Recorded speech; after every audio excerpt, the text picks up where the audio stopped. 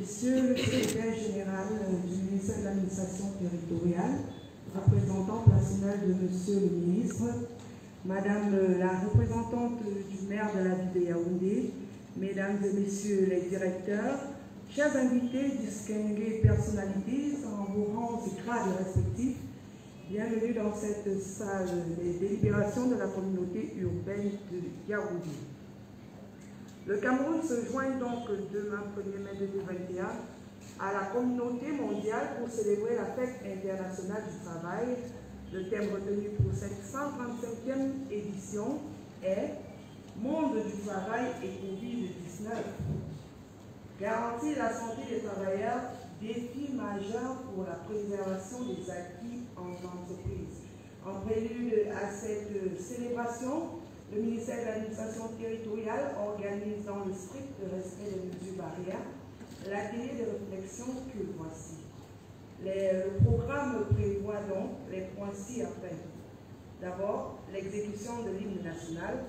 Ensuite, nous aurons le mot de bienvenue de Madame de Sététois, représentante personnelle du maire de la ville de Yaoundé. Puis, nous aurons le discours de lancement des activités par Monsieur le secrétaire général, représentant du ONAT. Et nous passerons à la conférence débat proprement dit. Elle sera modérée par Madame le chef de division de la communication et des relations publiques. Nous aurons donc au cours de cette conférence 3 exposés. Le premier exposé portera sur la santé des travailleurs et lutte contre le Covid au MINAC, présenté par Madame le directeur des ressources humaines. L'exposé numéro 2, présenté par Monsieur le directeur de l'organisation du territoire, Monsieur Nzanali de Konzak, portera sur autorité administrative et lutte contre la pandémie de Covid. Après ces 2 exposés, nous aurons un interlude préparé par la division de la communication et des relations publiques. Et puis nous passerons à l'exposé numéro 3, présenté par Monsieur le sous-directeur des affaires administratives, qui portera sur les libertés publiques à l'épreuve de la pandémie du Covid. Et nous passerons la parole au délégué du personnel, représentant du personnel du MINAC. Et ce sera la phase des questions et réponses. Et nous terminerons par la photo de famille. Sans plus tarder, nous allons commencer notre cérémonie avec l'hymne national. Et vous levez s'il vous plaît.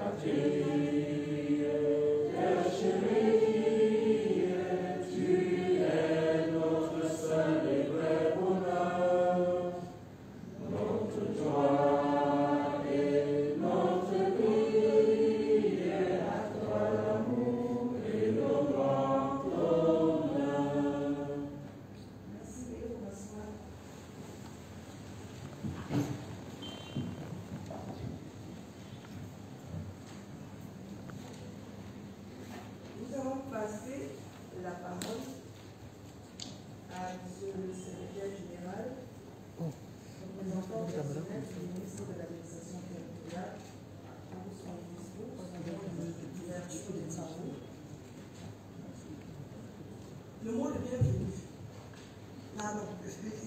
Madame la représentante du maire.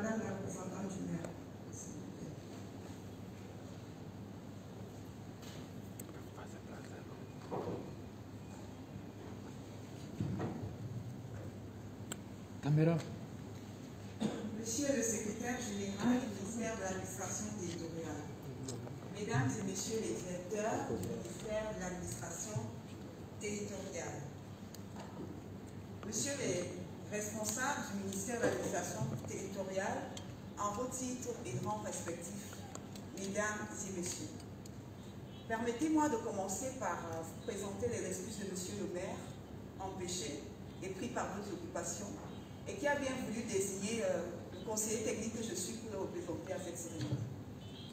Je vous souhaite au nom de monsieur le maire la bienvenue à l'hôtel de ville dans cette belle salle d'apparat à l'occasion de la conférence débat que vous organisez sur le thème Santé des travailleurs et lutte contre la Covid-19 au MINAT, enjeux, défis et perspectives.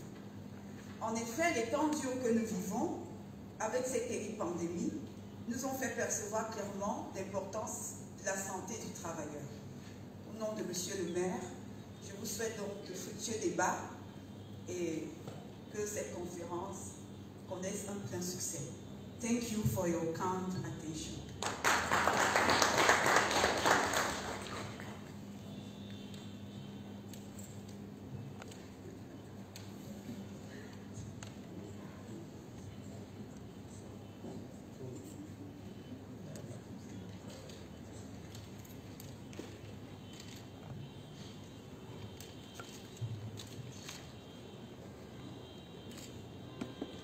Monsieur le secrétaire général pour le mot de lancement.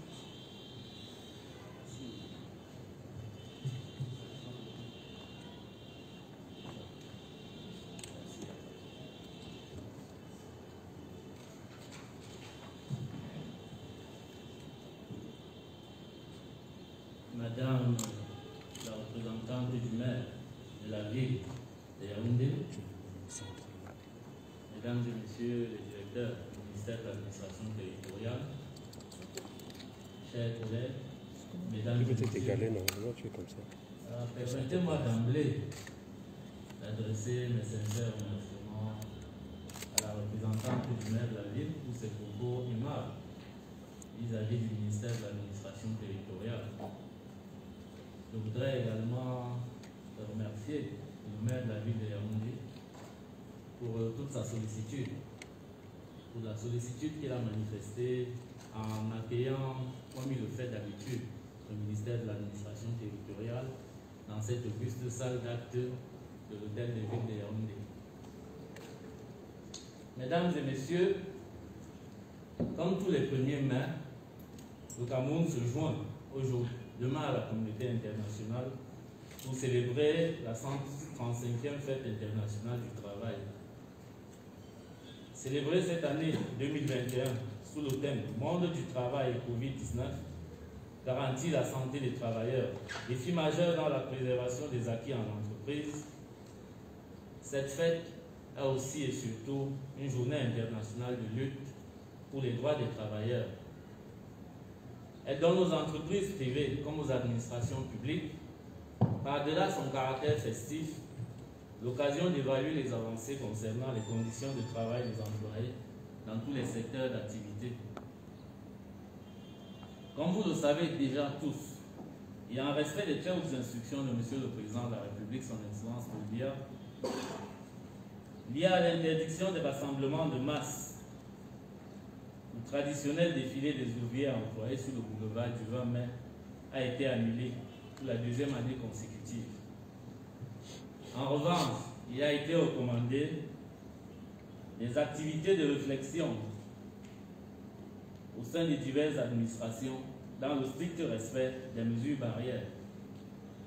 C'est le sens que le MINAT a voulu donner à travers l'organisation de cette conférence débat qui devrait nous donner l'opportunité de rappeler le caractère obligatoire des mesures préventives contre la Covid-19 ainsi que les responsabilités qui sont celles du MINAT et des autorités administratives dans la riposte contre la pandémie du Covid-19. Chers collaborateurs, Mesdames et Messieurs, en application des 13 instructions du chef de l'État, notre département ministériel a mis en place une stratégie interne de riposte contre la COVID-19. Dans ce cadre, le MINAT a prescrit systématiquement le lavage des mains, le port obligatoire du masque et des gants, la distanciation sociale avec les usagers à travers l'externalisation du service d'accueil, ainsi que la désinfection appropriée des courriers au niveau du cabinet. Hormis ces mesures, il a été également recommandé la désinfection régulière du bâtiment et le dépistage régulier et gratuit de l'ensemble du personnel associé à la prise en charge des soins des cas avérés positifs, ce qui a permis au demeurant de détecter, d'isoler et de traiter des dizaines de cas positifs, très souvent avant l'apparition des premiers symptômes. La combinaison de ces mesures a pour effet de limiter considérablement la propagation du Covid-19 au MINAT, de sorte qu'à ce jour, notre département ministériel n'a enregistré aucun décès lié à cette pandémie. Le directeur des ressources humaines reviendra certainement sur certains acquis lors de son exposé. Mais d'ores et déjà, je voudrais dire ici qu'il a été préconisé par le ministre de l'Administration territoriale le renforcement du dispositif préventif contre la COVID-19 ainsi que la distribution des kits appropriés à l'ensemble des collaborateurs dans le cadre de la fête du 1er mai.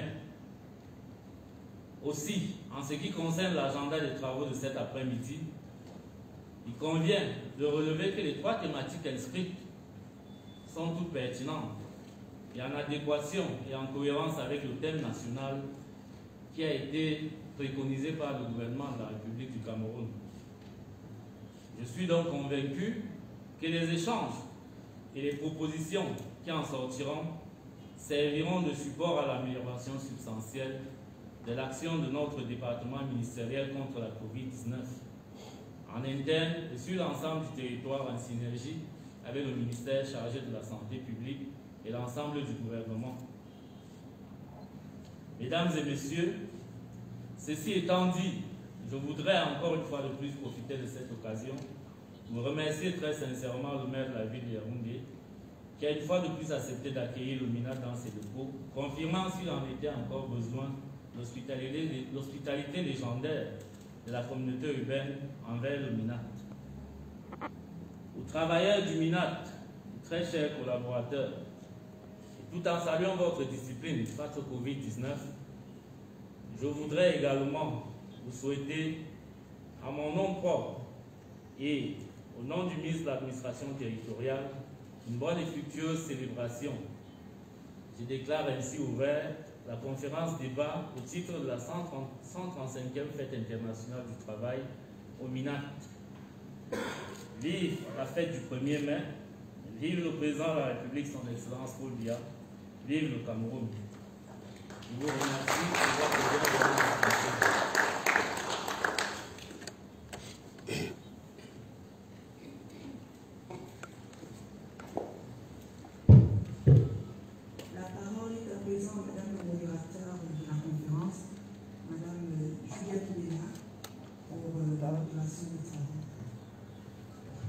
Photographe.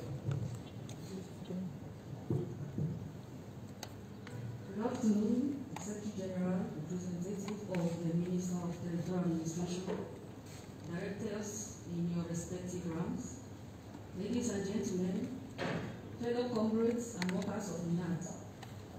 Thank you for your presence in this conference debate as part of activities marking the 133th edition of the International Labour Day under the theme Workers' Health and the Fight Against COVID-19 in MINAT, Stakes, Challenges and Perspectives.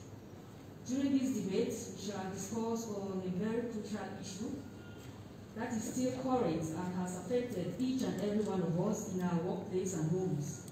As workers of MINAT, we are not left out with the effects of the coronavirus. Some of us have been affected, or close family members or friends, and we have been witnessing the negative aspects of this pandemic. During this debate conference, we shall be following presentations from different perspectives. This pandemic has even affected the output of workers in MINAT. Likewise, even staffs of MINAT has at least done the COVID test once. From the different presentations, we will realize that Corona has come to change the order of the day, as things are no longer the same. Even our collective liberties had to change. The way we do things have to change. People do no longer greet each other with a hand or give pets. Social distancing has become the order of the day. Some of these actions taken by the President of the Republic has to be implemented, and it takes the administrative authorities to organize sensitization campaigns in all the subdivisions of the country. Without taking much of your time, we start the conference debate that will be followed by questions and answers from workers of MINAT. The first expose will be done by Madame Angèle Zé-Sama, Director of Human Resources, on the theme Workers' Health and the Fight Against COVID-19 in MINAT, Stakes, Challenges and Perspectives.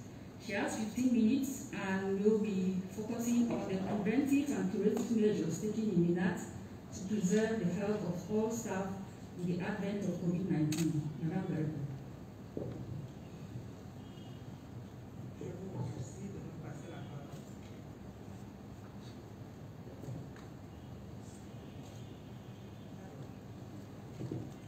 Selon un communiqué du ministre du Travail et de la Sécurité sociale, la 125e édition de la Fête internationale du travail se déroule cette année sous le thème général « Le monde du travail et pandémie Covid-19, garantir la santé des travailleurs, défi majeur dans la préservation des acquis en entreprise ». Ce thème, qui est une interpellation forte de l'administration sur le bien-être de ses personnels, sera déroulé à Namboine-Bouquet par le ministère du Travail et de la Sécurité sociale, coordonnateur national de l'événement. Au niveau sectoriel et dans le cadre des activités de sensibilisation prévues à l'intention des personnels du MINAT, il nous a été demandé de faire une présentation sommaire du sous-thème « Santé des travailleurs et lutte contre la COVID-19 au MINAT, enjeux, défis et perspectives ». Avant d'entrer dans le vif du sujet, il serait peut-être important de comprendre le lien qui peut exister entre la santé et le travail. La santé au travail, dans sa perspective globale, comporte plusieurs dimensions, avec des interactions dépassant le seul état physique de la personne. Aussi, selon une définition de l'OMS, la santé n'est pas une absence de maladie, mais un état de complet bien-être physique, mental, social et même spirituel de l'homme. Toujours selon la source OMS, la santé au travail s'articule autour de 3 objectifs distincts, à savoir la préservation et la promotion de la santé du travailleur et de sa capacité de travail, l'amélioration du milieu de travail et du travail qui doivent être rendus favorables à la sécurité et à la santé, l'élaboration d'une culture du travail qui développe la santé et la sécurité au travail. Nous constatons que l'homme est la cible par excellence du travail. Le capital humain est au centre de toute activité dans une organisation. Il constitue l'un des principaux facteurs de croissance. Aussi, la santé de l'homme est primordiale si l'on veut prétendre à un quelconque rendement. Depuis l'année 2020, le monde du travail au Cameroun est profondément affecté par la pandémie mondiale du coronavirus, qui constitue une véritable menace de santé publique. Face à cette situation, l'État s'est mobilisé avec pour souci de relever le défi majeur qui est celui de garantir la sécurité des travailleurs ainsi que la viabilité des services ou alors en termes plus simples, d'assurer la continuité du service public malgré l'existence de la pandémie, tout en garantissant la santé des travailleurs, car en réalité, le service public n'a pas cessé de fonctionner du fait de la COVID-19. En effet, dès les premiers signes de la pandémie, le gouvernement s'est impliqué en édictant un ensemble de mesures barrières qui devaient s'imposer à tous et dont l'objectif était de limiter la propagation du virus. Le MINAC n'est pas resté en marge de cette mouvance. Aussi et de manière très concrète et visible, un dispositif a été mis en place tant au niveau de la prévention que de celui de la prise en charge des malades. Sans vouloir être exhaustif, l'on peut citer entre autres un grand flux d'eau et du savon qui ont été placés à l'entrée du bâtiment principal. Ceci pour assurer l'assainissement et l'hygiène des mains, considéré comme une mesure essentielle de prévention et de contrôle de la santé. Un flacon de gel hydroalcoolique a été disposé au niveau de chaque palier. Le port du masque a été rendu obligatoire et même celui des gants à une certaine époque. La désinfection régulière des bureaux a été instituée et même parfois des domiciles. Le dépistage systématique et gratuit à une fréquence soutenue des personnels, la prise en charge gratuite des patients est effective. À ce niveau, il est important de relever que la gestion des cas positifs a été assurée de manière très discrète pour préserver à la fois la dignité des patients et éviter la stigmatisation. Certaines de ces mesures connaissent un petit relâchement. Aussi, en termes de perspective, nous suggérons le renforcement et l'amélioration de la gestion de toutes ces mesures ci-dessus indiquées, une prise de conscience effective de chacun sur le rôle qu'il a à jouer dans ce grand combat que nous menons, la sensibilisation continue par tous les canaux possibles pour amener à une prise de conscience et une adhésion totale de tous. L'incitation des uns et des autres à une discipline personnelle qui devrait se poursuivre au-delà du cadre du travail par un respect strict des mesures barrières et des conditions d'hygiène dans son milieu de vie quotidien. Ce n'est qu'à ce prix que nous pouvons espérer gagner de Paris. Il convient de souligner que la relation employeur-employé est une relation d'intérêt réciproque. Autant l'employeur a des obligations vis-à-vis du travailleur, autant l'employé en a vis-à-vis de son patron. Il est question ici d'un partenariat que je qualifierais de positif parce que profitant à chaque partie lorsque le contrat est respecté par tous. Revenant au COVID-19, le message du chef de l'État, son Excellence Paul Biya, est clair, et je cite, « La négligence d'une seule personne peut entraîner la mort de toute une communauté. » Il est vrai, le thème a été initié pour la journée du 1er mai, mais nous pensons que la réflexion va se poursuivre pour permettre au MINAC d'avancer véritablement dans l'élaboration d'une politique sociale beaucoup plus stable. Je vous remercie pour votre attention. Thank you, Madam Director. From his exposé, we see that the fight against COVID-19 is everyone's responsibility, workers and those demanding our services. We also realize that early screening guarantees our health for prompt medical response. And in the case of MINAT, this has been done discreetly to avoid stigmatization, according to the expose by Madame Zé. And she also highlighted the fact that the negligence of one person can cause the death of several others. So we have to continue to respect barrier measures. For those who have questions, we ask you to take notes after the presentation. We time for question and without much ado, we'll go on to the second presentation. That will be done by Dr. Zanazzi Bedonza, Director of Territorial Organization. We will be talking on administrative authorities and the fight against COVID-19 in that stakes, challenges, and perspectives. We'll be focusing on the contribution of administrative authorities and traditional chiefs in the fight against COVID-19. Merci Madame le Directeur.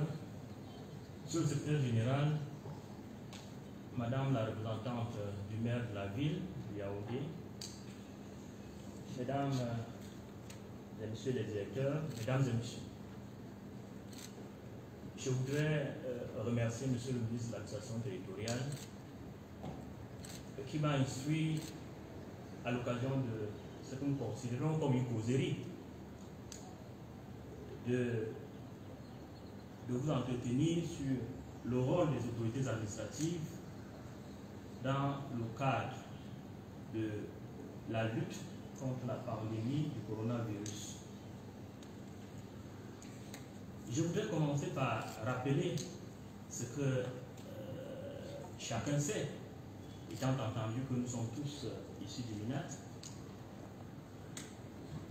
Les autorités administratives, au terme du décret numéro 2008-377 du 12 novembre 2008, portant organisation et fonctionnement de leurs attributions et de leurs services, les autorités administratives sont chargées de veiller à l'exécution des lois, des règlements et décisions du gouvernement, d'une part, et d'autre part, elles sont chacune, au moins les chefs de circonscription administrative, ils sont chacun les chefs de circonscription administrative représentants de l'ensemble du gouvernement et de chacun des ministres, et pour les gouverneurs et les préfets, représentants du président de la République.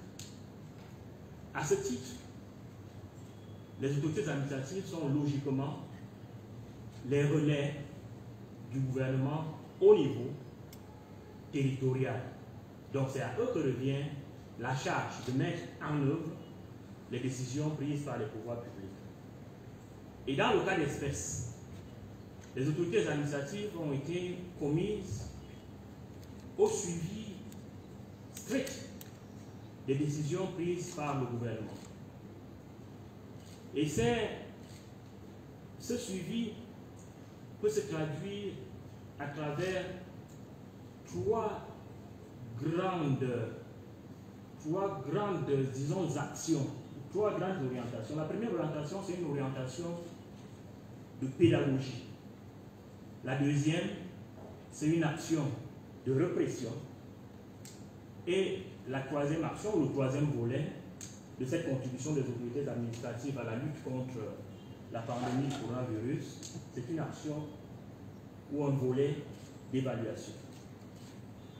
S'agissant du premier volet, celui qui concerne la pédagogie, les autorités administratives ont été instruites expressément dans le cadre de cette lutte d'engager des campagnes de sensibilisation pour expliquer aux Camerounais la nécessité de respecter les mesures édictées par le gouvernement, couramment appelées les mesures barrières, que nous connaissons tous: le port du masque, la distanciation physique, le lavage régulier des mains, à défaut de l'eau, la désinfection des mains par des produits hydroalcooliques. Donc, ce travail de sensibilisation était le premier, disons, était le premier volet de l'action des autorités administratives. Et cette sensibilisation ne concernait pas uniquement les populations dans leurs différentes localités. Cette action est allée également en direction des lieux de rassemblement, à savoir les gares routières, les marchés et, disons, les églises. Mais dans le cas particulier des églises, il avait été instruit aux autorités administratives de discuter avec les différents ministres du culte à l'effet de réduire à 50 au maximum le nombre de participants, le nombre de fidèles prenant part aux différentes célébrations religieuses. Cette campagne de sensibilisation avait aussi pour objectif d'indiquer aux populations un peu, bien entendu assistés par les responsables en charge de la santé, l'origine de la maladie, quelles étaient les mesures à prendre et bien entendu quelle était sa portée mondiale. Puisqu'on parlait d'une pandémie, cela signifiait que la maladie avait une envergure mondiale. Mais la sensibilisation ne concernait pas uniquement le respect des mesures barrières. La sensibilisation concernait aussi, et tout récemment, ce volet est intervenu, l'encouragement des populations à aller vers la vaccination, qui, selon les experts, est la solution, disons, définitive à cette pandémie. Étant entendu que les autres mesures, le respect des mesures barrières, sont des mesures, disons, qui permettent de circonscrire la pandémie. Donc, les autorités administratives ont eu également le rôle d'encourager les populations à se faire vacciner. C'est un rôle qui se poursuit d'ailleurs, puisque de toutes les manières, le Cameroun est engagé depuis à peu près 3 semaines dans une campagne de sensibilisation. Chacun au courant de la progression des couches appelées à se faire vacciner. Je crois que hier, le ministère de la Santé a ouvert la brèche aux adultes de 50 ans et plus pour permettre à ce que nous atteignions ce qu'ils appellent l'immunité collective, qui se situe à environ à 60-70% de la population camerounaise. Donc là aussi, les autorités administratives ont un important rôle à jouer, celui de lutter contre les préjugés, celui de batailler contre le front, certains ont appelé le front anti-vaccin. Donc les autorités administratives ont ce rôle, certains ont dit que c'est un rôle ingrat, mais c'est de leur responsabilité d'amener les populations à comprendre que le vaccin, en quoi les responsables, les experts en charge de ce domaine, le vaccin, c'est la solution contre cette pandémie. À côté de ce rôle de sensibilisation, donc il y a un rôle de pédagogie et il y a un rôle de répression, de sanction. Les mesures que le gouvernement a édictées le 17 mars 2020, mesures rendues publiques par le Premier ministre chef du gouvernement, étaient en réalité, même si ce n'était pas dit expressément, assorties de sanctions. Je prends un exemple, la fermeture des débits de boissons à 18 h. En réalité, même sans le dire, à côté de cette mesure-là, il y avait des sanctions qui étaient prévues pour ceux qui violeraient cette disposition des pouvoirs publics. Il pouvait s'agir des sanctions administratives, par exemple les scellés. Les autorités apposées de chacun de nous a vécu ces instants où les autorités administratives à 18 h sillonnaient les débits de boissons, ainsi de suite, et ceux qui s'opposaient à cette mesure gouvernementale voyaient leur structure commerciale scellée. Ça, c'est une sanction administrative. Mais les autorités administratives peuvent être aussi à l'origine des sanctions judiciaires, c'est-à-dire que pour celles des mesures qui sont pénalement répréhensibles, l'autorité administrative peut saisir le juge pour que celui-ci saisisse du dossier du point de vue pénal. Donc, les autorités administratives ont Mais je dois rappeler à ce niveau, et c'est important de le dire, le ministre de l'administration territoriale a encouragé les autorités administratives de ne pas utiliser du bâton. Que le bâton soit vraiment le dernier recours pour les plus grands recalcitrants. Étant entendu que, à côté de la lutte contre la pandémie du coronavirus, il y avait un autre enjeu, qui est un enjeu économique. C'est que la lutte contre cette pandémie ne devait pas emporter la mort de l'économie.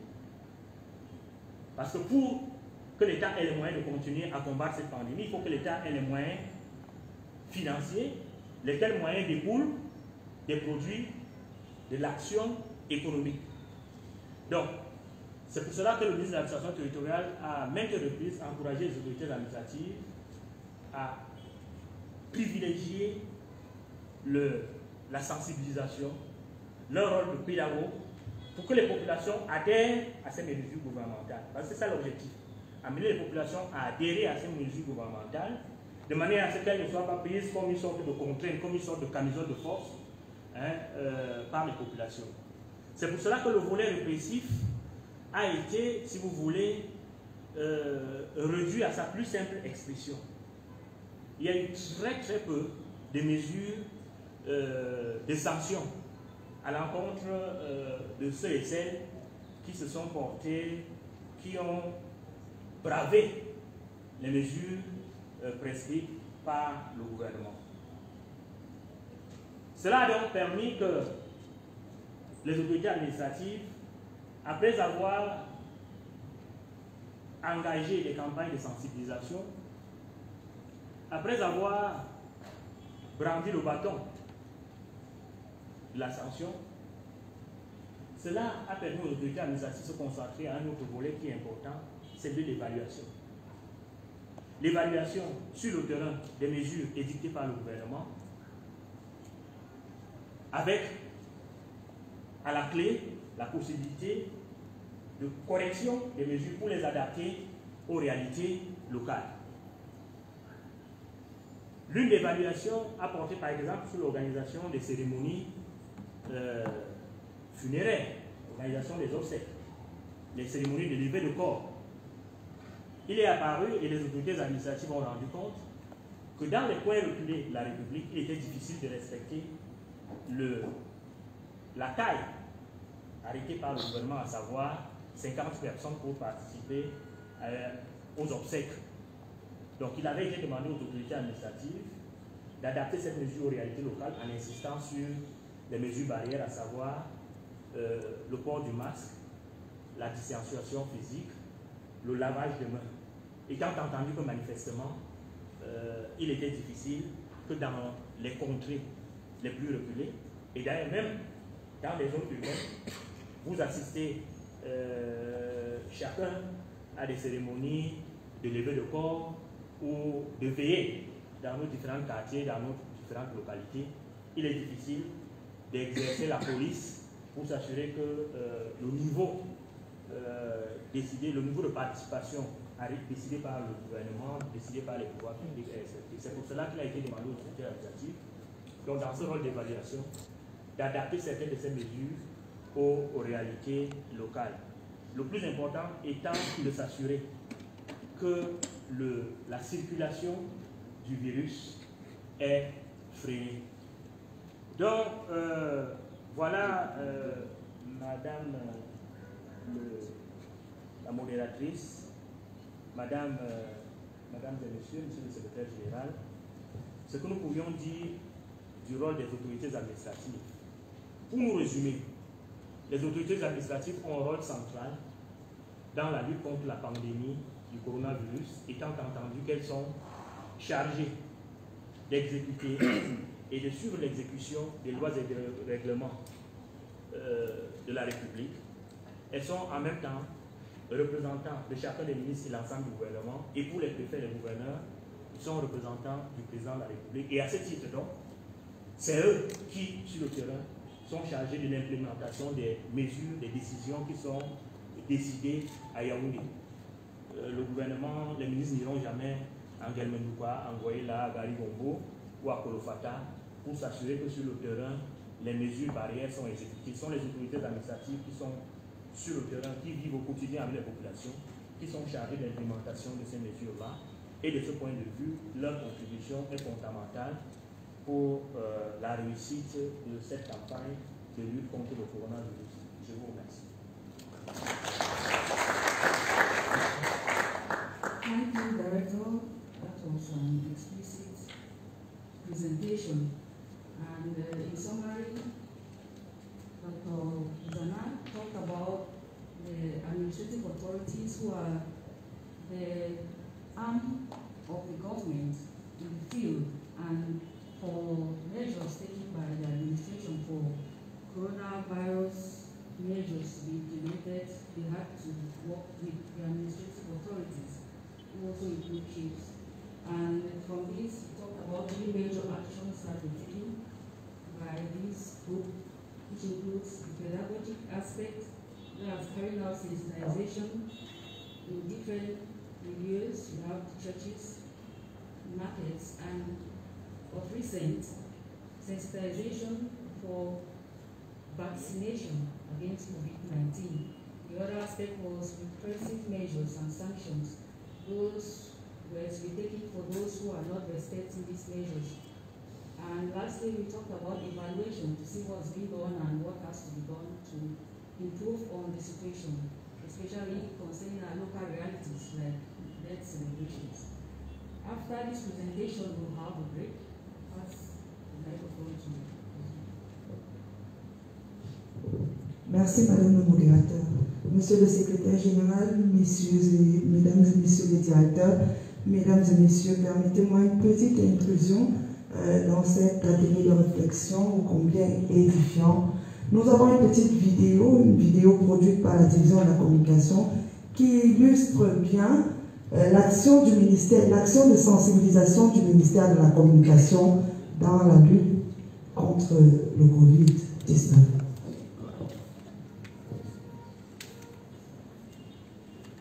Le ministère de l'administration territoriale, s'il vous plaît, dans la lutte contre le Covid-19.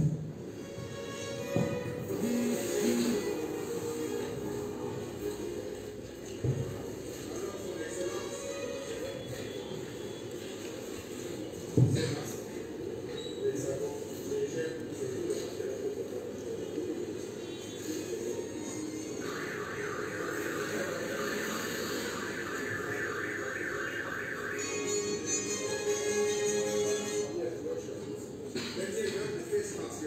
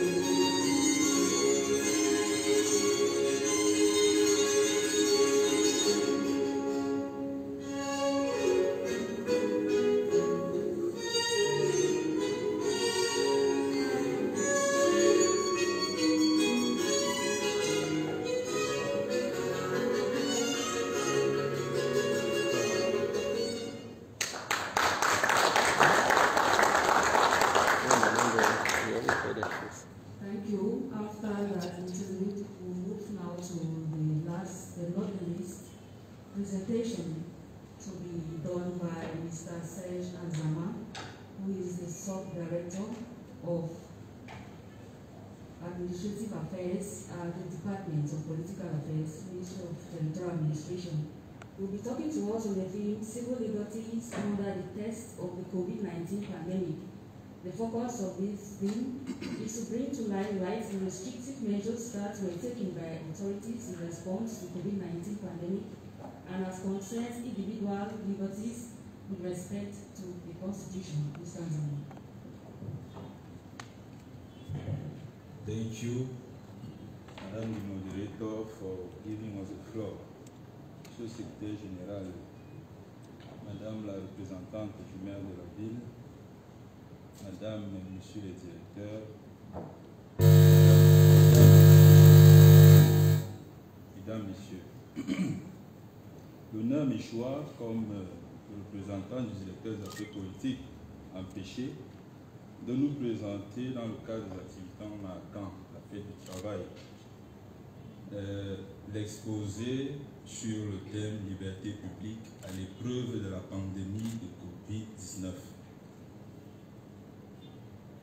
L'ampleur et la portée de la pandémie de Covid-19 dont l'épicentre aura été, comme vous le savez, la ville de Wuhan en Chine et le champ d'expansion, la planète dans son ensemble, a contraint les États en confinement sans précédent, avec notamment la fermeture des frontières aériennes, terrestres et maritimes.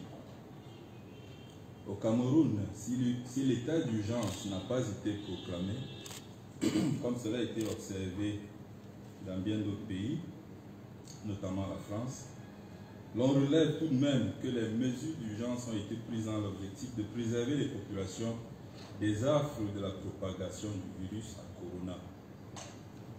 Dans ce contexte, une stratégie gouvernementale de riposte face à la pandémie de coronavirus, reposant au départ sur 13 piliers, sera mise sur pied et confiée pour suivi de l'exécution au plan local aux autorités administratives.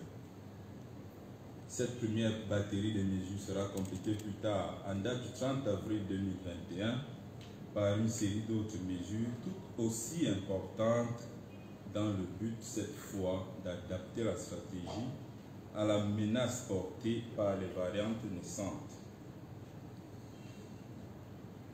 Les dites mesures barrières, pour la plupart, ont certes été prises en restriction des libertés publiques, mais pour le bien de tous.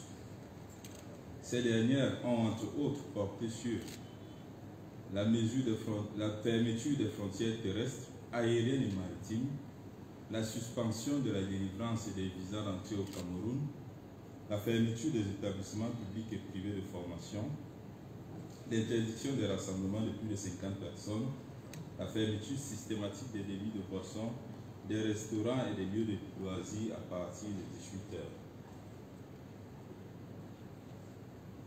Pour sa part, département ministériel en charge, entre autres, du maintien de l'ordre, le MINAT sera doublement interpellé avec notamment l'implication des autorités administratives.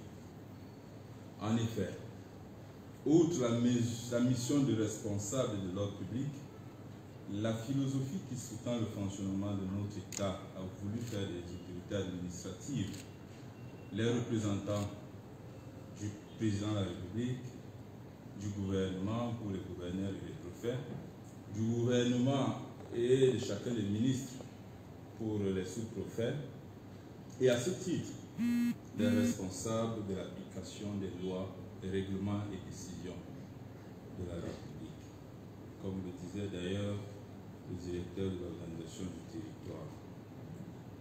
Le MINAT sera donc impliqué au titre du responsable du maintien de l'ordre public en rapport avec les forces spécialisées et coordonnateur de l'action administrative des autorités administratives elles-mêmes chargées, comme surmentionné, de l'exécution des lois et règlements et donc des très hautes prescriptions du chef de l'État relativement à la riposte contre la propagation de la pandémie à coronavirus. Alors, revenant sur notre thème, à savoir les libertés publiques à l'épreuve de la pandémie de Covid-19, l'on peut se demander c'est quoi une liberté publique? Mieux, quelles sont les libertés consacrées comme publiques? S'il faut définir les libertés publiques, on dira de manière laconique que les libertés publiques renvoient à l'ensemble des droits et libertés individuelles et collectives garantis par les textes législatifs. Elles sont donc une transcription dans le droit positif des droits de l'homme et des droits fondamentaux. En temps ordinaire, une présomption d'inviolabilité pèse sur les dites libertés. Sauf que, face aux impératifs de maintien de l'ordre en contexte d'urgence, cette présomption se trouve relativisée compte tenu du plus grand bien à préserver, à savoir l'intérêt général. Ne dit-on pas communément que ma liberté commence ou s'arrête celle des autres, et pour enchérir que l'obéissance à la loi qu'on s'est prescrite est liberté?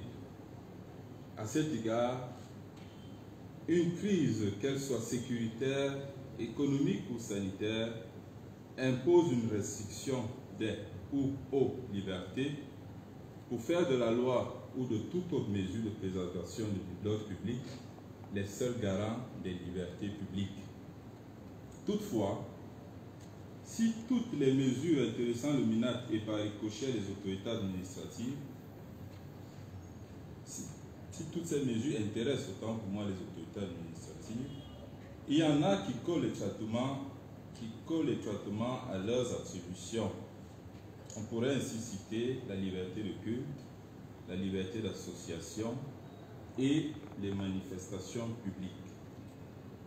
Et si l'on s'accorde sur le dicton philosophique « ma liberté s'achève où commence celle de l'autre », il est clair que l'État, garant de l'intérêt général, est appelé à intervenir pour garantir les libertés publiques lorsqu'elles s'en trouveraient menacées. Raison pour laquelle, en contexte de crise sanitaire comme en contexte d'une quelconque autre crise, l'autorité doit pouvoir prendre ses responsabilités et imposer le respect des règles édictées, comme c'est le cas avec les mesures dites barrières. Toute chose qui fonde l'action des autorités administratives portant suspension ou interdiction des manifestations dites publiques ou de regroupement de plus de 50 personnes. En conclusion, le respect de l'ordre public qui préside à la restriction des libertés publiques commande qu'en période de crise, les pouvoirs publics prennent leurs responsabilités afin de garantir de manière parcimonieuse l'intérêt général, indépendamment des restrictions qui peuvent être opposées, voire imposées aux individus ou aux groupes de personnes. Je vous remercie.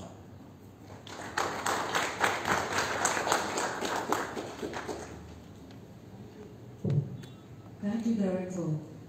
In a nutshell, from this presentation, we see that various preventive measures by authorities in the fight against COVID-19 pandemic was carried out, especially concerning associations, church, and public manifestations. In context of crisis, the administrative authority needs to take their responsibility and see that these measures are being followed by the letter. And the respect of public order should be taken seriously. We'll be moving now to the final phase. Before that, we'll get the head of the staff of UNAT, that is staff personnel, Mr. Kolo Elvis, who will first give us his word before we go to the question and answer session.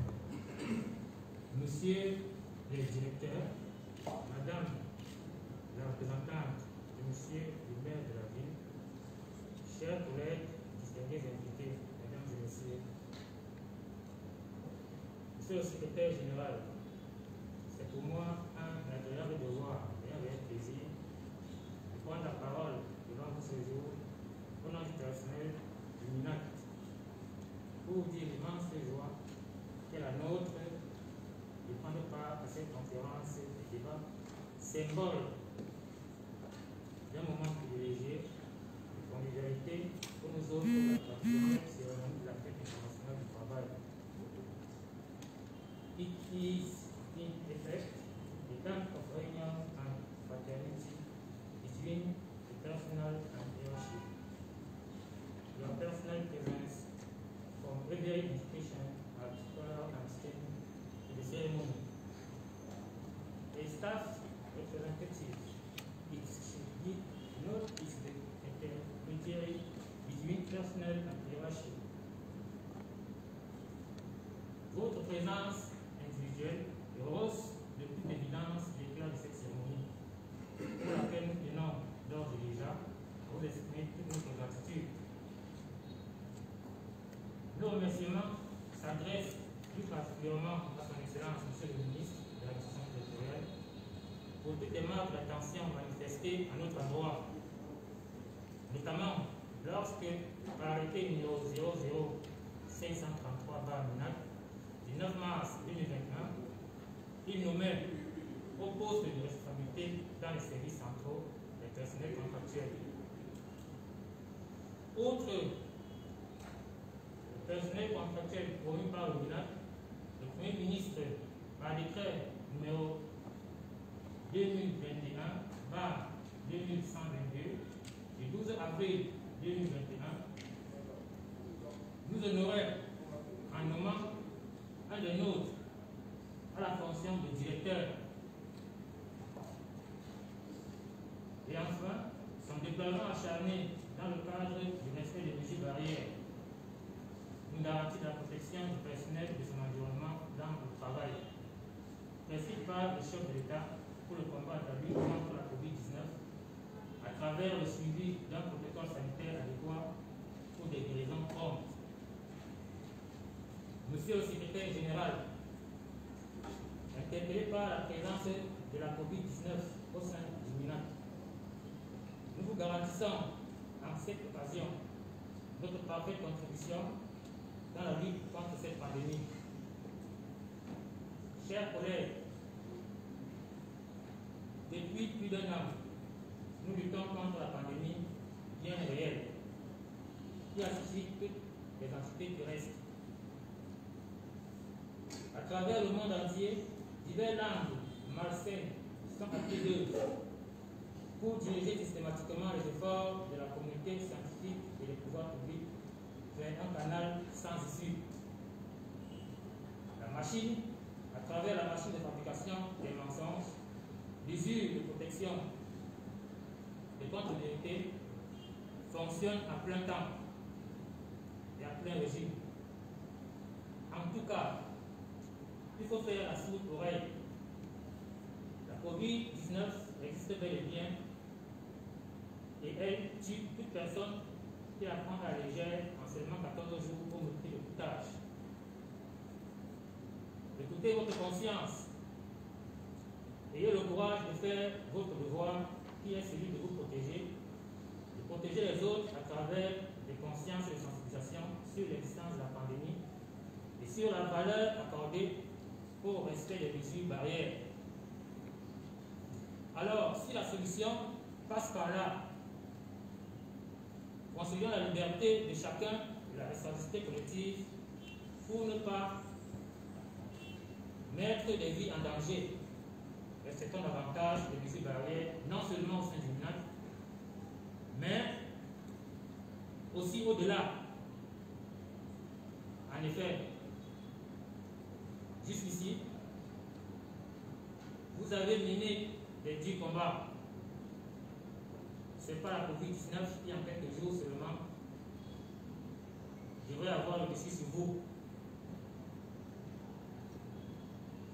Il faut le savoir, le MINAC reste le seul ministère qui n'a pas jusqu'ici enregistré des décès, malgré un un taux enregistré de cas positifs de 20%. Considérant toutes nos attentes et demeurant toujours à l'écoute, nous tenons néanmoins à vous rappeler que des pas ont été marqués par la hiérarchie. Vous l'avez constaté, la hiérarchie ces derniers temps nous a véritablement honorés. Certes, beaucoup reste à faire, considérant que aucune nation n'a été construite en un seul jour. Cependant, nous devons contribuer davantage à mériter cette confiance. Chacun de nous, par conséquent, doit relever le pari de la performance dans son domaine de compétences. Toutefois, pour y parvenir, il faudra de la méthode, du tact et de la stratégie. Dans la lutte contre la COVID-19, mécanisme de combat, préalable à notre efficacité dans le cadre du traitement des différents dossiers soumis à notre étude. Chers collègues,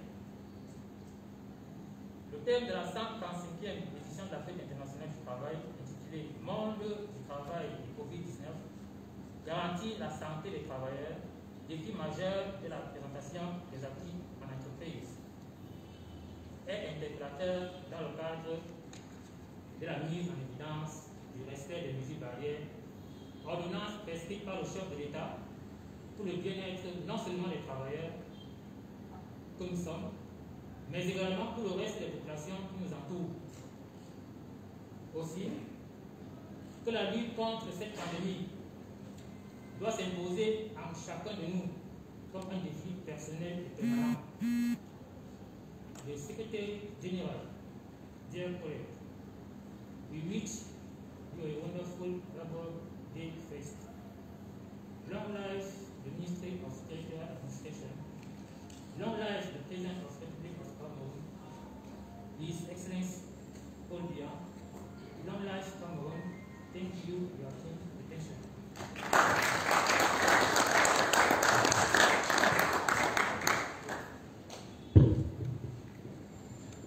Ce mot de monsieur le représentant du personnel, le délégué représentant des personnels, marque dans la fin des exposés et le début de la phase questions-réponses. Nous allons prendre également s'il y a des gens qui ont des apports, des ajouts à faire, qui ont des mots. Nous allons prendre une série de trois personnes. Avant cela, je ne sais pas si monsieur le secrétaire général souhaiterait dire un mot à la fin.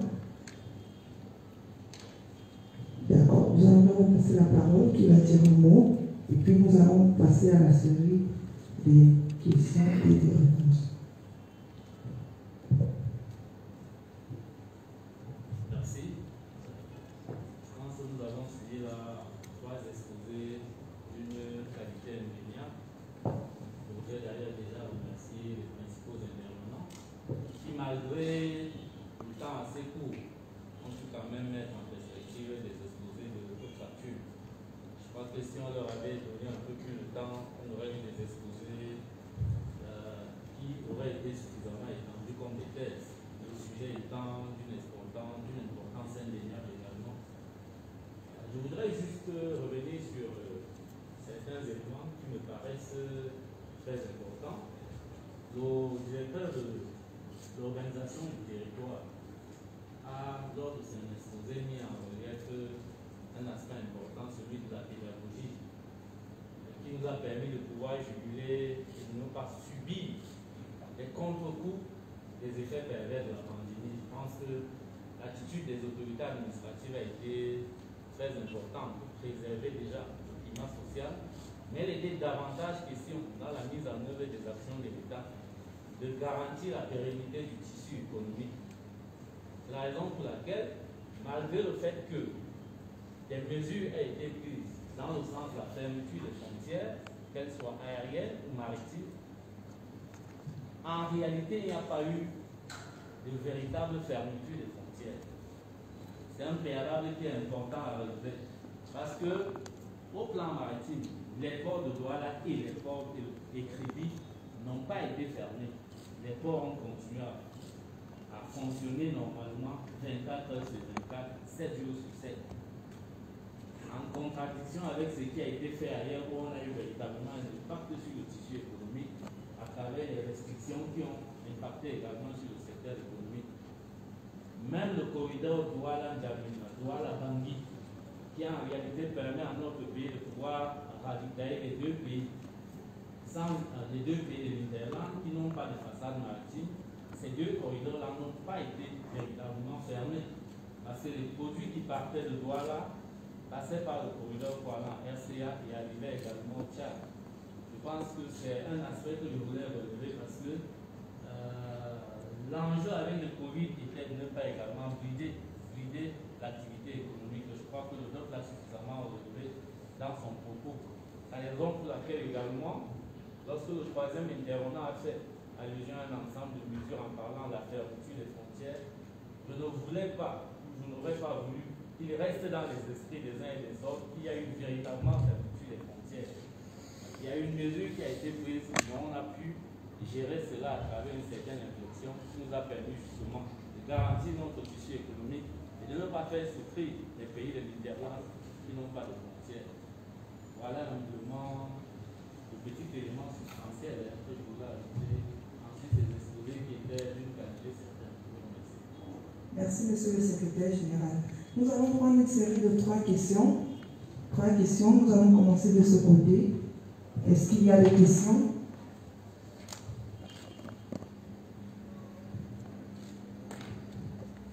Et de ce côté, est-ce qu'il y a des questions? Une question, 2 questions, 3 questions. Nous allons commencer par la première là.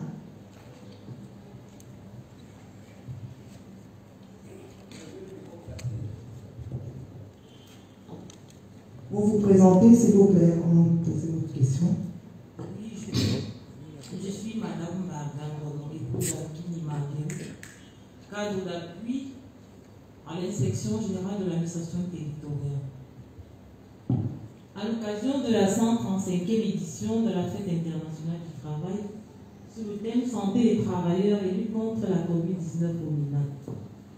La santé du travailleur étant aussi bien psychologique, physique et spirituelle telle que l'a exposé Madame le directeur des ressources humaines, est-ce que les pouvoirs publics ont tenu compte jusqu'ici de l'état de ceux qui chaque jour perdent leur emploi face à cette pandémie?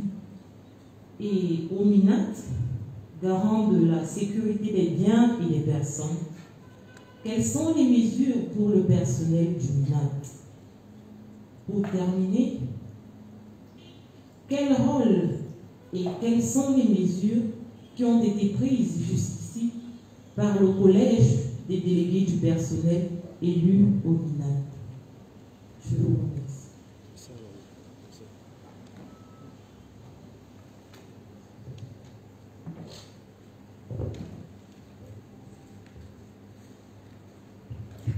À chaque fois, si vous pouvez préciser à qui la question s'adresse, ce serait beaucoup mieux. Bonjour à tout le monde. Je suis Dédi Marie d'épouse Ndima, chef service à la cellule des relations publiques. Ma question ira à l'endroit de Madame le directeur des ressources humaines. Madame le directeur, vous avez parlé de la santé et le travailleur. Ma question a un sens. Madame le directeur, vous avez dit tantôt qu'il y avait au départ de la pandémie un fût qui a été mis à l'entrée avec du savon pour protéger le personnel du MINAT. Qu'en est-il de cette mesure juste aujourd'hui, puisque nous sommes toujours dans le contexte de la pandémie? Qu'en est-il de cette mesure? Et allant dans le même sens, nous avons observé dans certains départements ministériels une rotation du personnel pour assurer le respect de la réduction du nombre de personnes dans un lieu et parlant dans des bureaux. Qu'en est-il du personnel du MINAT? N'est-il pas nécessaire d'adopter cette mesure pour pouvoir protéger les travailleurs que nous sommes dans le ministère de l'administration territoriale. C'était ma préoccupation de la journée. Merci.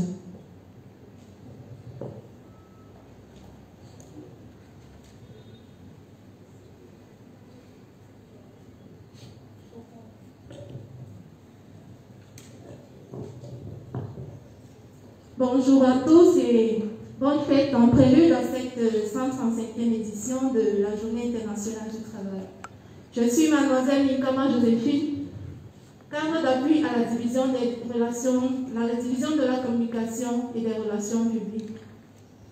Ma question va à l'endroit de madame le directeur des ressources humaines.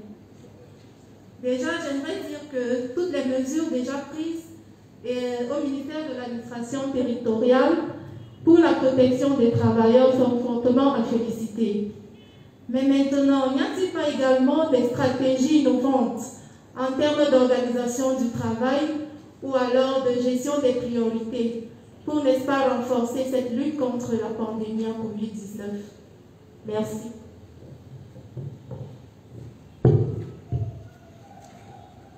Madame le directeur va d'abord répondre et nous allons prendre la deuxième série par la suite.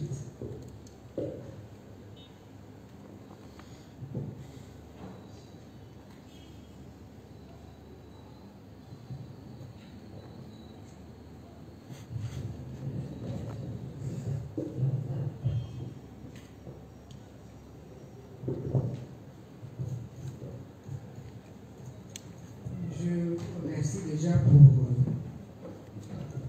préoccupations. Je crois que elles sont à peu près les mêmes. Je vais commencer par le plus simple, qui concerne le flux d'eau et le savon. Je crois que dans mon exposé, j'ai souligné que certaines mesures qui ont été mises en place dès le début connaissent un relâchement.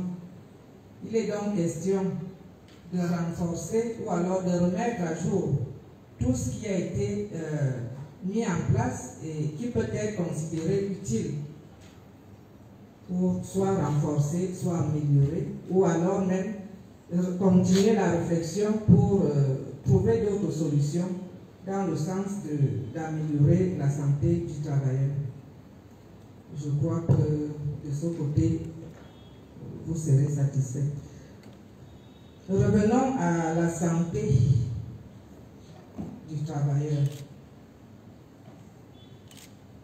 Madame Gona voulait savoir s'il y a des mesures qui ont été prises pour le personnel, pour améliorer la santé du personnel, si j'ai bien compris. C'était ça. De manière induite, lorsqu'on met tous ces dispositifs en place, nous avons un dispositif qui est lié à la prévention. Nous avons un autre qui est lié au traitement lui-même. Si nous respectons toutes ces mesures-là, je l'ai dit quelque part également, la santé ne se limite pas au lieu du travail. Elle devrait se poursuivre même dans nos milieux de vie quotidiens, dans nos maisons, dans les espaces publics. Nous avons suivi tout à l'heure, on nous a édifié sur le rôle important de la sensibilisation. Si nous, au MINAC, nous avons déjà été, nous respectons les mesures qui nous ont été proposées, nous devons continuer également cette sensibilisation pour que ceux que nous côtoyons au quotidien ne nous contaminent pas. Je prends un cas simple. Vous prenez les transports publics pour venir au travail. Dans le taxi, si votre voisin de taxi n'a pas son masque, vous êtes dans votre droit, puisque c'est une mesure qui a été dictée par le gouvernement. Et si vous êtes contaminé dans le taxi, on peut dire que c'est une maladie professionnelle parce que vous veniez au travail, mais si nous avions pris des précautions, si nous avons compris que c'est le rôle de chacun, je pense que nous allons atteindre l'objectif.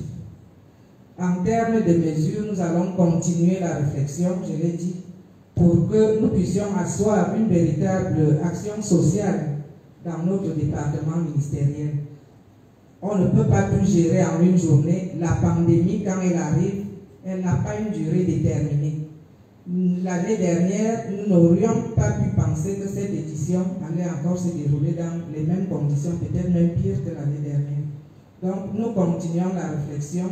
Toutes les idées sont bonnes, toutes les contributions sont attendues pour que, ensemble, la main dans la main, nous puissions construire quelque chose de solide.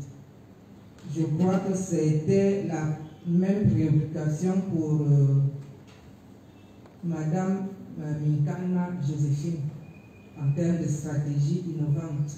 Nous continuons la réflexion pour justement innover. Nous avons parlé de renforcer et améliorer ce qui existait déjà.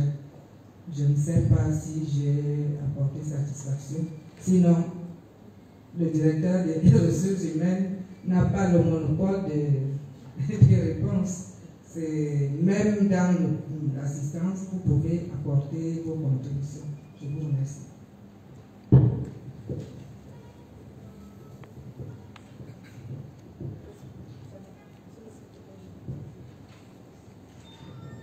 Merci. Je voudrais juste contribuer à donner quelques éléments de réponse aux préoccupations qui me semble-t-il se sont dégagées les trois questions. Je pense que la première question a tourné autour de l'accompagnement des victimes. Je pense qu'il est clair, il est indéniable maintenant qu'il y a déjà un accompagnement qui est multidimensionnel. Déjà, de par le simple fait qu'il y ait systématisation des tests, du testing, une prise en charge déjà en termes de médicaments et subséquemment également une prise en charge financière. C'est ce qui n'est pas dit, mais ça a souvent été fait au MINAC pour ceux-là. Et même pour leur famille également, il y a eu une prise en charge médicale et une prise en charge financière qui a souvent été faite pour ceux-là. Maintenant, est-ce que la problématique de la prise en charge psychique ou psychologique se pose à ce stade? C'est visiblement ceux-là qui sont déjà en proie aux vicissitudes de la maladie qui devraient en réalité interpeller l'administration qui est la leur, pour qu'on sache effectivement s'il y a un impact substantiel des effets de la maladie ou de la pandémie dans leur environnement. Mais à ce qu'il me semble, nous n'avons pas encore atteint ce stade-là. Je pense que le seuil critique ou la masse critique des collaborateurs du ministre de l'administration territoriale ne sont pas suffisamment touchés par la maladie pour créer une onde de choc qui devrait en réalité permettre qu'il y ait un suivi psychologique. La deuxième préoccupation et la troisième tournent autour de l'organisation, et c'est les modalités d'organisation du travail en période de pandémie comme celle que nous vivons actuellement. Ce que je voudrais humblement dire, c'est que la finitude n'existe pas. Chaque administration définit la méthodologie pour l'organisation du travail qui lui semble être la plus idoine. Certaines sont allées vers la rotation. Celles qui sont allées vers la rotation, ce sont celles-là qui ont été le plus touchées par la pandémie du Covid. C'est ce qu'il faudrait également comprendre. Moi, il me souviens qu'au début de la pandémie, dans une autre vie, nous avions des informations qui venaient par exemple du secteur portuaire. Vous aviez les responsables de ces administrations-là qui avaient été fortement touchés, et donc ils ont été obligés dans leur environnement de travail d'introduire la rotation. Je pense qu'avec la méthodologie qui a été mise en place au MINAC, testing généralisé, qui permet rapidement aussi de prendre en charge les cas avérés et de les isoler des autres. Je pense que c'est une méthodologie qui nous a permis jusqu'à présent de juguler la pandémie. Et on peut effectivement le constater au regard du seuil quand même critique qui n'est pas atteint, qui n'est pas encore atteint en termes de dissémination de la maladie de la pandémie dans notre environnement du travail. Madame le DRH a eu beau jeu de rappeler, puisqu'il y a une note qui a été faite à ce niveau-là, il faudrait qu'on revienne en réalité à l'orthodoxie avec le renforcement des mesures initiales. Il y a même également d'autres mesures qui ont été suggérées au ministre de l'administration territoriale, qui les a bien évidemment validées, la distribution des kits et des gels pour chaque personnel. Mais je pense qu'en réalité, pour juguler la maladie, c'est un effort général. Hein. Nous pouvons le faire au sein du MINAC. Il faudrait également que nous le faisions à la maison. Que lorsque nous rentrons chez nous, que nous ne perdions pas ces bonnes habitudes-là et que la sensibilisation continue autour de nous.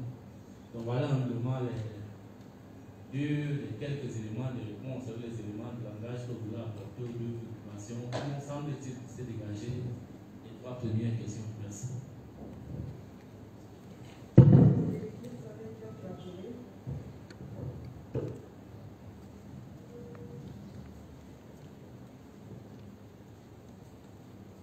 Merci.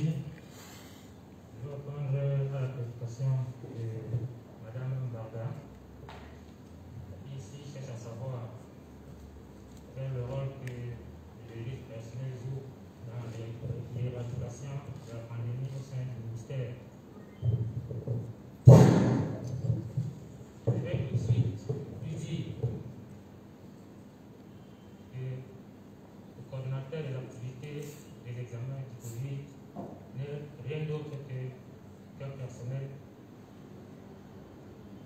du collège de l'élite personnelle du MINAC. Alors, en tant que coordonnateur, j'y veille sérieusement.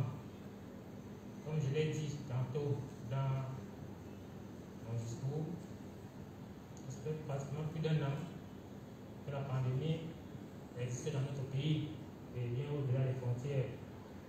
Alors, jusqu'ici, nous n'avons enregistré aucun cas de décès, malgré la présence de plus de 20% de cas positifs. Alors, si jusqu'ici, nous n'avons enregistré aucun décès, c'est parce que le chef du département ministériel veille au grain et ne nous abandonne pas face à cette situation positive pour certains, le Covid. Il a, pour son personnel, mis en place au primaire, au ministère de la recherche scientifique, une salle, un endroit très très propre, que nous connaissons tous, où le personnel du ministère est privilégié. Alors, puisque, étant coordonnateur, je sais pertinemment de quoi il s'agit. Aucun personnel du MINAC n'est jamais arrivé là-bas, que ce soit si un du ministre ou pas, et a été lésé. La priorité appartient au personnel du MINAC.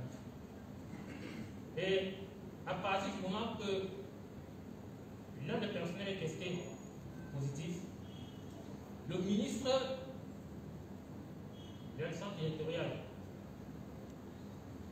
me délègue un certain nombre de pouvoirs pour prendre en charge ce personnel-là atteint de la maladie. Ça peut être dans le strict respect du protocole. Et dans ce protocole, il y a des médicaments qui sont donnés à la victime. Et comme le secrétaire général le disait tout à l'heure, c'est vrai, donc, il y a un volet, un accompagnement financier. Alors, ça signifie que le ministre tient à ce que son personnel ne souffre de rien en ce qui concerne la pandémie du Covid-19. Et au-delà de toutes ces approches, le ministre, de temps en temps, organise des passages d'examen à la direction, et ceci 4 fois par mois. N'en déplaise que au sein, ou alors parmi nous, qu'il puisse exister certains qui, sous l'État, rejettent avec violence cette main tendue de la hiérarchie, chose qui est par ailleurs dommage. Parce que c'est inadmissible qu'on vous serve à manger dans un plat et qu'on vous verse cette nourriture par terre, à même le sol pour manger. C'est vraiment dommage. Si les gens ne sont pas conscients du fait que la maladie existe, est véritablement réelle, et tout à côté, quelqu'un d'autre prend sur lui cette conscience-là, par moment il arrive qu'il soit un peu dur avec les mots, tout simplement parce qu'il veut le bien-être de son personnel. Il y a un moyen de transport qui est mis à la disposition de ce personnel. Mais il arrive que lors du passage indiqué de l'une des directions, que ce car soit vide des jours et des jours en attendant qu'on aille supplier le personnel du ministère vraiment passer aujourd'hui. Ça fait une semaine n'est pas passée. Le ministère tient à ce que tout son personnel pourrait, soyons conscients de la présence du Covid. Si nous sommes malades, nous avons des enfants, nous avons des amis, nous avons des frères, nous avons un emploi. Ce n'est pas autre chose aisée aujourd'hui d'avoir des diplômes et ne pas être titulaire d'un matricule à la fonction publique, de ne pas être utilisé au profit d'une structure quelconque. Mais si vous avez déjà cette opportunité, cette chance-là, je présume que l'un n'est pas à la blague. C'est si je reprends la préoccupation de Mme Barbara. Merci, merci. Et bien d'autres. Merci, monsieur le délégué. J'espère que je ne vous ai pas coupé. Je pensais que vous avez fini. Merci. Est-ce qu'il y a une autre série, la dernière série de questions? Non? Une question ici. Une autre question là. Deux.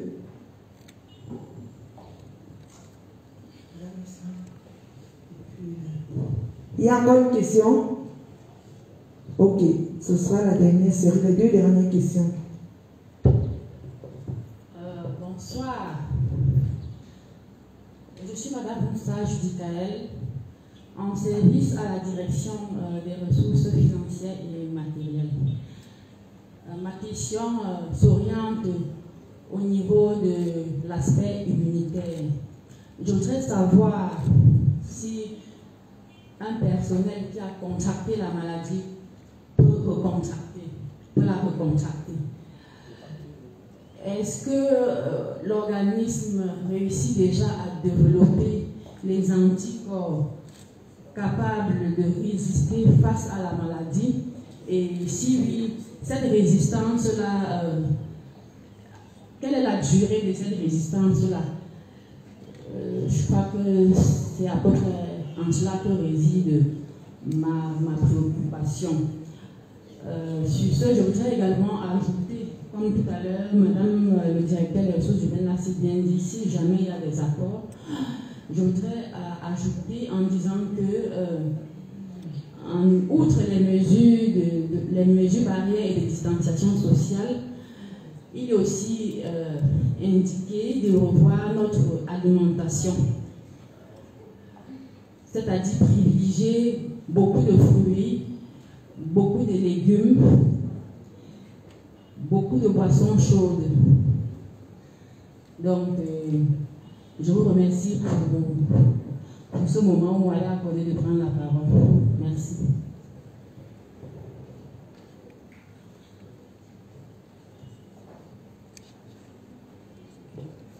Je peux déjà. Bien, monsieur le secrétaire général, mesdames et messieurs les directeurs, je suis monsieur Zaf Martin, en service à la division des études, des statistiques, de la planification et de la coopération. Nous avons pris avec intérêt tous les exposés qui ont été présentés. Et il est de notre devoir ici d'en reconnaître effectivement la pertinence et de relever notre reconnaissance par rapport à tout ce que les pouvoirs publics ont consenti comme effort et décision pour garder ou maintenir le Cameroun hors de l'eau par rapport aux mesures restrictives que nous voyons ailleurs. Madame le directeur des ressources humaines, certainement le MINAT et le pays, le Cameroun entier, font tout pour préserver les travailleurs, pour les éloigner de la maladie, des dégâts de la maladie. Et je dois dire ici que si la Covid ne nous tue pas, Madame le directeur, peut-être la précarité aura raison de nous. Pourquoi ne pas dire que pendant que nous continuons, nous poursuivons la lutte, il est de notre devoir de ne pas occulter les dernières préoccupations des travailleurs, notamment les contractuels, Madame le directeur, par rapport à leurs conditions de travail. Nous avons suivi dans cette batterie de revendications qu'il était peut-être possible de mettre sur pied un ensemble de choses pour le changement de statut. Ceci dit, j'ai une question à l'endroit de monsieur le sous-directeur des affaires administratives. Alors que nous vivons des revendications de plus en plus bizarres parlant des libertés individuelles, je voudrais faire référence ici au droit à l'euthanasie sous d'autres cieux. Nous savons qu'au Cameroun, il y a une loi de 2001 qui rend obligatoire la vaccination. Compte tenu de ce que nous savons, sur lequel je ne vais pas revenir concernant la Covid et les vaccins, pensez-vous que nous sommes en train de nous acheminer vers une certaine liberté à ne pas se vacciner? Je dis ça comme ça. C'est tout ce que j'avais à dire. Je vous remercie.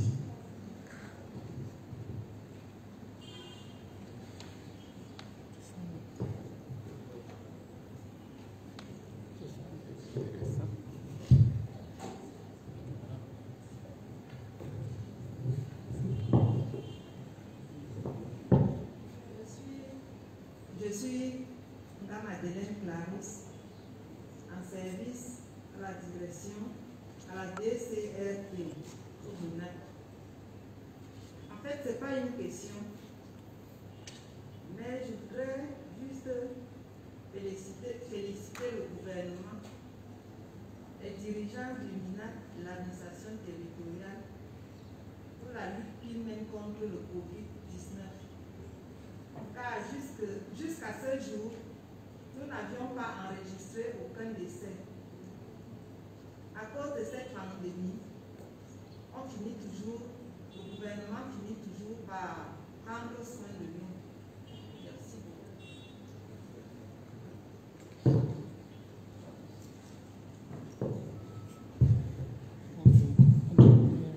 Les réponses. Contribution. Monsieur le directeur.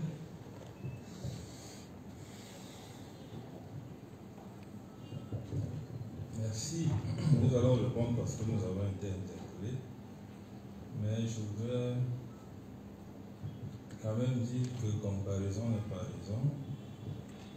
Ce qui est accepté ailleurs ne sera pas forcément accepté dans le contexte que nous parlons notamment de l'euthanasie, où je mange du droit à sauter la vie. Maintenant, s'agissant du vaccin obligatoire, je ne suis peut-être pas au fait de ce qui se passe concernant la santé dans notre pays, mais je doute fort que le vaccin d'une manière large soit obligatoire.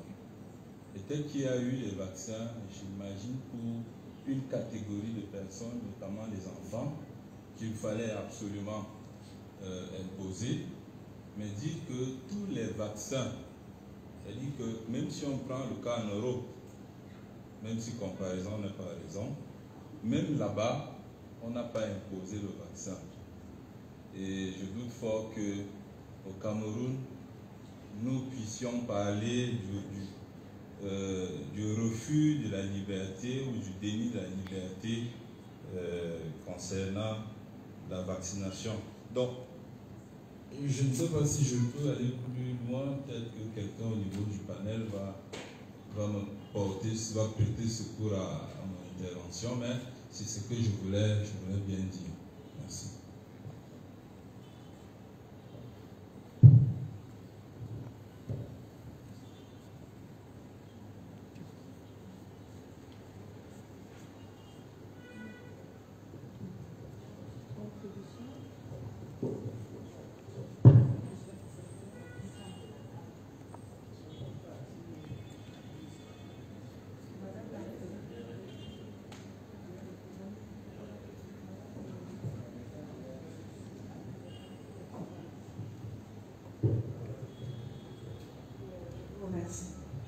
fait, il y avait une dernière préoccupation de la dame, sans être médecin.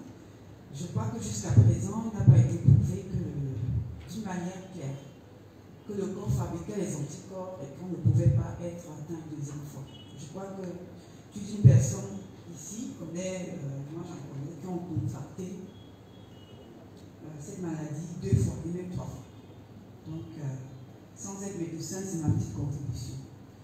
J'en profite également pour exprimer avec tout ça, monsieur le SG, l'honneur qui a été le mien de participer ici à cette conférence débat en tant que représentant de monsieur le maire. Mais je vais peut-être m'exprimer pour moi-même. Je vous remercie pour la richesse des exposés. J'en ai profité. Et pour moi, si je pouvais donner l'intitulé à ce que vous avez fait aujourd'hui, c'est un peu l'évaluation de la stratégie de lutte contre la Covid-19 au MINAT. Ça vous a permis en fait de faire le point sur tout ce que vous faites et sur tout ce qui peut être réajusté. Et je relevais quelque chose dans les propos de M. le SG, c'est qu'en fait, nous sommes tous embarqués dans le même bateau. Si au MINAT vous le faites bien et qu'ailleurs vous ne le faites pas bien, tous les efforts sont un peu vains. Donc je vous félicite tous, si je peux me le permettre, pour toutes les mesures que vous prenez. Je crois que vous devez vous sentir, vous tous qui travaillez au MINAT, honorés parce qu'on prend soin de vous. Nous également, c'est le cas ici, si on peut partager notre petite expérience à la mairie de Yaoundé. Pas plus tard qu'à l'occasion de cette 35e fête de internationale du travail, le maire a pris soin de mettre à la disposition de chacun ici un kit avec un paquet de 50 masques médicaux, des gels hydroalcooliques, et je vous assure que lui-même, quand il vous voit dans les couloirs sans masque, il vous rappelle à l'ordre. Donc, je voulais juste me dire merci pour la richesse des exposés et pour ce moment que j'ai passé avec vous.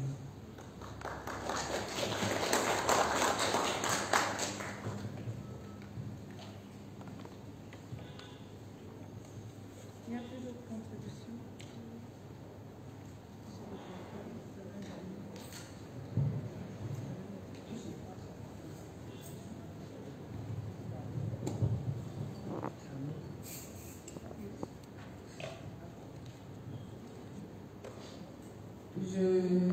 Je n'ai pas bien compris la préoccupation de M. Zé. Vous avez parlé de précarité, de changement de statut, je ne sais pas. Vous renvoyez à quoi? Vous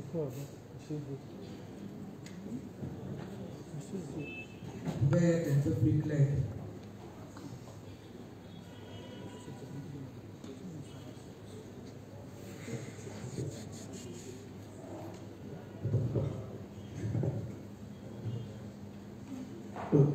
Oui, merci madame pour l'intérêt que vous portez à notre préoccupation.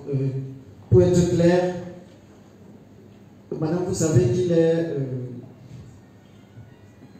pour avoir des meilleures conditions de vie, je parlant des conditions salariales, il faut avoir un certain statut. C'est de ça que je voudrais parler. Et nous avons ouï dire, madame, qu'il y avait une mesure à l'étude qui tendait à faire des contractuels, des fonctionnaires.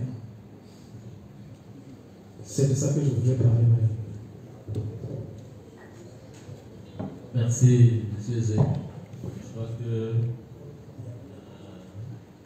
votre question est une apprentissage parce qu'elle ne rentre pas dans le droit fil de la thématique que nous avons arrêtée au MINAT en lien avec la grande thématique que le gouvernement a arrêtée en son sein. Je crois que rien ne sert de rester dans les supputations. Ce qui n'est qu'un projet reste un projet. Je ne sais pas où vous avez eu connaissance du projet, mais ce qui est un projet reste un projet. Il ne me semble pas qu'il y ait quelques personnes ici que ce soit qui puissent vous donner ou puissent faire un effet d'annonce sur ce genre de choses-là, puisqu'il n'y a qu'une seule autorité qui est habilitée à le faire. Donc je ne voudrais pas qu'on s'étende trop sur ce genre de débat-là parce qu'on pourrait passer toute une journée sans trop avancer. La condition des contractuels du MINAT est celle de tous les contractuels. faudrait pas limiter la préoccupation uniquement au MINAT pour comprendre un peu. Je vois en filigrane ce que vous êtes en train d'évoquer, mais il faut laisser libre cours à ceux-là qui prennent les bonnes décisions pour la République les prendre et savent le prendre en temps opportun. Donc je voudrais qu'on ne s'étende pas sur ces éléments qui peuvent paraître accessoires alors que nous avons une thématique qui est suffisamment importante. Le Covid est une réalité qu'on ne saurait le nier. Le Covid fait beaucoup de dégâts dans notre environnement, ou dans nos environnements, dans nos cercles ambiants. Je pense que de 2020 à 2021, on a connu une recrudescence vertigineuse de cette pandémie-là. C'est la raison pour laquelle, au MINAT, nous sommes restés vraiment dans le droit fil des hautes restrictions du gouvernement pour accommoder en réalité la thématique du 1er mai en cohérence avec ce que nous faisons au MINAT et en cohérence avec toutes les stratégies qui ont été développées jusqu'à présent sous l'autorité du ministre de l'Administration territoriale pour essayer de juguler cette pandémie-là au sein du ministère de l'Administration territoriale. Je pense que restons sur la problématique. Les autres problématiques connexes vont trouver des réponses auprès de ceux qui savent prendre les décisions et je suis sûr que ces autorités-là les prennent opportunément quand elles veulent bien les prendre et pour le bien du peuple camerounais. Monsieur Zé. Est-ce qu'il y a une dernière contribution? Monsieur le directeur.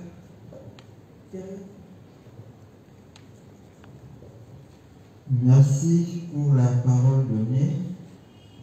C'est pour apporter une petite contribution à l'une des questions de M. Zeu concernant l'obligation, la vaccination obligatoire.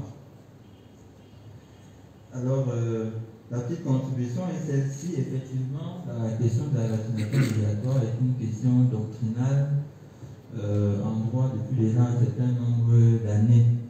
L'avantage est que le Cameroun a pris une décision forte, et vous l'avez dit tantôt, c'est une loi de 2001 qui rend la vaccination obligatoire, et notamment pour tous les vaccins inscrits à ce qu'on appelle le PEV, c'est-à-dire le programme élargi de vaccination. Elle est obligatoire pour ces vaccins et elle est gratuite, parce que quand l'État rend obligatoire la vaccination, l'État prend aussi des mesures de gratuité qui accompagnent naturellement ces mesures-là. Et s'il faut voir maintenant en perspective comment est-ce que pourra se gérer la question de la vaccination obligatoire pour le Covid, déjà vous avez vu, la posture gouvernementale dès le départ, c'est que ce ne sera pas obligatoire.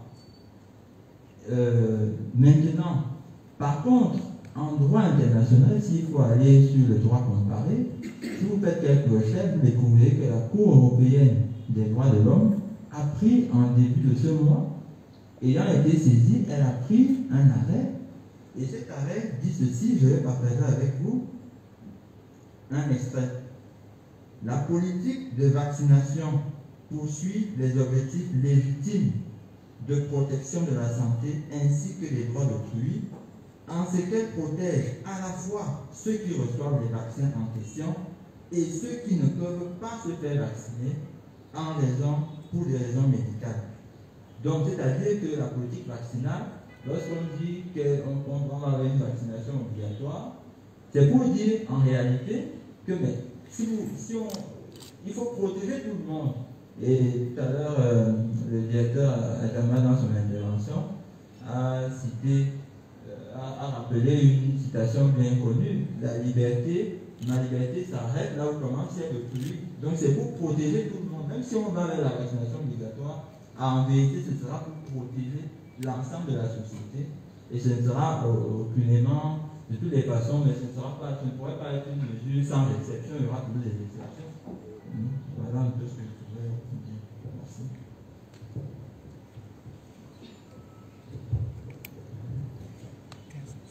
Alors, avec cette dernière contribution de Monsieur le chef de la division de suivi, nous allons mettre un terme à nos travaux. Monsieur le secrétaire général a un dernier mot.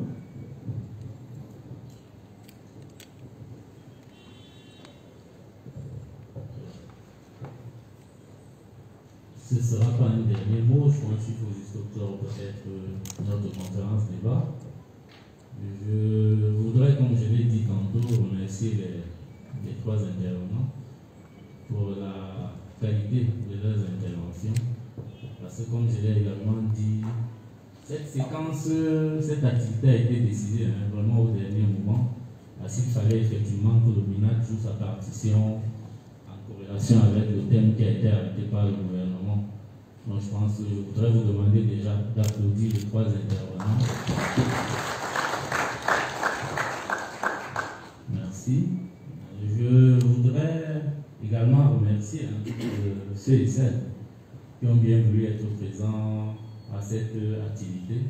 Ça dénote effectivement de l'importance que vous attachez déjà à la fête du 1er mai, mais également à la putain indéniable de cette pandémie-là dans notre environnement au quotidien. Comme je l'ai également dit, on ne saurait vivre aujourd'hui sans la pandémie du Covid-19. Comme on le dit en droit de vie sociétal, c'est juste, la pandémie fait partie de notre quotidien aujourd'hui et nous devons nous en accommoder. Vous voyez bien qu'il y a Mathusalem, personne n'aurait imaginé que nous nous retrouvions ici, chacun arborant son masque. Nous pouvons se saluer, nous pouvons discuter en se faisant des accolades. Ce sont ces attitudes-là qui sont saines, qui vont nous prémunir d'attraper le virus, qui vont également nous permettre de protéger les autres. Pour ce qui concerne le ministère de l'administration territoriale, le ministre est pleinement fait des engagements qui sont les siens et je pense qu'il est déterminé à ramener la courbe de dissémination du Covid au sein du MINAT à un niveau le plus bas, d'où l'intensification du testing généralisé qui va certainement se faire dans les jours à venir. Parce qu'il faut se dire quelque chose de clair, c'est en se faisant tester que nous découvrons que nous avons la maladie et que nous pouvons nous soigner. Nous pouvons échapper à la mort et que nous pouvons également empêcher à ceux qui vivent avec nous d'avoir la maladie. C'est très important parce que nous pouvons porter les germes de la maladie et propager ces germes-là au quotidien sans savoir que nous sommes atteints, alors que nous sommes véritablement atteints. Donc, je voudrais ici vous sensibiliser, pour ceux qui ne l'ont pas encore fait. Moi, je l'ai fait le lendemain de mon installation, sous le contrôle de M. Nkolo. Je suis allé faire mon test Covid. Je l'avais déjà fait à la primature, mais je suis également allé le faire ce jour-là. Donc je voudrais humblement vous sensibiliser en vous demandant de faire ce test-là. Il est important. Le niveau des dégâts de la pandémie du Covid dans notre environnement est très élevé. Moi, je ne passe pas une semaine sans avoir des nouvelles de certaines personnes qui sont proches de moi qui sont décédées. Il y a 2 jours, il y a un DG que je connais très bien et mon président du conseil d'administration qui sont tous deux décédés mardi. Quand vous apprenez ce genre de nouvelles-là, vous prenez encore davantage conscience de l'impact de la maladie dans notre environnement. Donc, lorsque le programme de testing sera mis à disposition, n'hésitez pas à le faire parce que cela vous permettra non seulement de vous protéger, de protéger les membres de votre famille, de protéger vos collaborateurs et globalement de protéger la société. Voilà, sur ce, je voudrais souhaiter aux uns et aux autres une bonne fête du 1er mai. Vous aurez vos pagnes, comme le ministre l'a décidé. Vous aurez également quelque chose en additif. La DRH va faire la distribution. Je pense que c'est des mesures qui permettent justement de faire du rattrapage par rapport à tout ce qui se fait d'habitude le 1er mai. Voilà peut-être quelques effets d'annonce qui vont le faire. Sur les pagnes, déjà vous les aurez. Et sur quelque chose pour les accords, vous prendrez certainement à la maison ou je ne sais trop où, dans le cadre de ce 1er mai. Ce sont les mesures qui ont été décidées au dernier moment. C'est la raison pour laquelle également nous sommes arrivés avec un moment de retard. Je voudrais sur ça, avant de finir, vous demander nos sincères excuses. Parce que nous allons commencer cette cérémonie avec un long retard, mais il fallait procéder au dernier réglage. Le MINAT y tenait actuellement. Il tenait à ce que nous venions ici avec ces nouvelles-là pour que le personnel soit effectivement dans la même dynamique qui a été celle des années antérieures. Donc, bonne fête du 1er mai. Et surtout, maintenons la dynamique des mesures barrières. Ça nous préservera et ça préservera les acquis, ça préservera le monde. Je vous remercie. dernière articulation, la photo de famille, elle va se faire dans la salle. La photo de famille, ici. Le chef de la cellule des relations publiques va indiquer le protocole pour la photo.